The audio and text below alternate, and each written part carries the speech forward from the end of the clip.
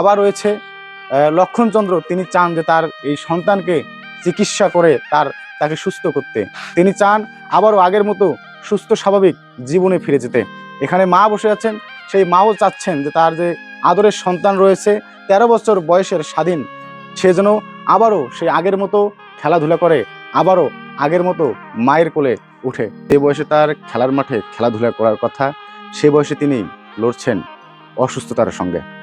আমরা আছি এই মুহূর্তে লালমনিরহাটের হাতীবান্ধা উপজেলার টংভাঙ্গা ইউনিয়নের ক্যাম্পাড়া এলাকায়। ডাক্তারে কবিরাজে সব শেষ করে দিলাম, শেষ করে দিয়ে তখন ওর বাবার পা ধরি কান্দি ধরছি যে সারা বাঁচাইতে গেলে যেভাবে যেটা যাওয়ার নাগে সেটা তোমরা যাও, বাস্তাক তোমরা বাঁচে আনো, আমি জীবন ঢুকিয়ে যেখানে পাবো সেখানে আমি থাওয়া ধরে যাবো। তখন ওলা ফল যে বলে আমার তো কিছুই নাই, বাবার 10 শতক মাটি ভাগ পাচ্ছি, এখন 10 শতক মাটি তো বেচে নাগে, তখন তুই যখন কোয়াই আছে যে বাচ্চার জীবন বাঁচতে দেখবি, তখন 10 শতক মাটি বেঁচে ফেলাল। এখন যে আমরা করি ধরি খাবো তার বুদ্ধি নেই। আমাদেরকে জানিয়ে রাখি, বেশ ছোটবেলা থেকেই জন্মগতভাবেই হার্টের যে ফুটো সেই রোগে আক্রান্ত হয় স্বাধীনচন্দ্র। তখন থেকেই নানা ধরনের সমস্যায় জর্জরিত হয়ে তিনি দিন পার করছে। বেশ কিছুদিন আগে তার সমস্যা যখন বেশি হয় বা তার অসুস্থতা যখন আরও বেশি হয়, ঠিক তখনই এই অসহায় বাবা মা তাকে চিকিৎসা করাতে নিয়ে যায় পার্শ্ববর্তী দেশ ভারতে। সেখানে প্রায় কয়েক লাখ টাকা খরচ করে এই অসুস্থ যে স্বাধীনচন্দ্র রয়েছে তাকে সুস্থ করার চেষ্টা করে। তার শরীরে বসানো হয় একটি ডিভাইস।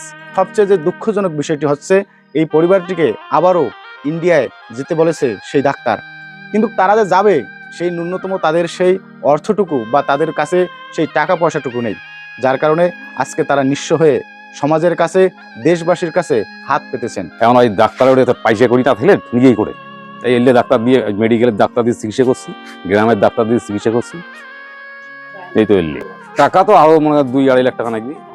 ইতিমধ্যেই তাদের যে 10% জমি ছিল সেটি বিক্রি করে দিয়ে সন্তানের চিকিৎসা করিয়েছেন। তারা সেই সন্তানের চিকিৎসা করাতে গিয়ে আজকে নিঃস্ব, দুবেলা দুমুঠো খাবেন সেই উপায়টুকু তাদের নেই। প্রায় নিঃস্ব হয়ে তারা এসেছেন দেশবাসীর কাছে, হাত পেতেছেন নিজের সন্তানের জন্য। আপনারা যারা বিত্তবান এবং বিভিন্ন পর্যায়ের রাজনৈতিক ব্যক্তিত্ব রয়েছেন, তারা অবশ্যই এই 13 বছর বয়সের যে স্বাধীনচন্দ্র রয়েছে, এই স্বাধীনচন্দ্র এবং স্বাধীনচন্দ্রের যে পরিবার রয়েছে, এই পরিবারটির পাশে দাঁড়াবেন এবং এই পরিবারটিকে একটু সহযোগিতা করবেন। এই যে বাবা রয়েছে লক্ষণচন্দ্র, তিনি চান যে তার এই সন্তানকে চিকিৎসা করে তাকে সুস্থ করতে। তিনি চান আবারও আগের মতো সুস্থ স্বাভাবিক জীবনে ফিরে যেতে। এখানে মা বসে আছেন, সেই মাও চাচ্ছেন যে তার যে আদরের সন্তান রয়েছে 13 বছর বয়সের স্বাধীন, সে যেন আবারও সেই আগের মতো খেলাধুলা করে, আবারও আগের মতো মায়ের কোলে উঠে। আর মায়ের ইচ্ছা সেই স্বাধীন যেন আবারও স্বাধীনভাবে চলাফেরা করতে পারে। স্বাধীনের জীবন যেন হয়ে আছে পরাধীন।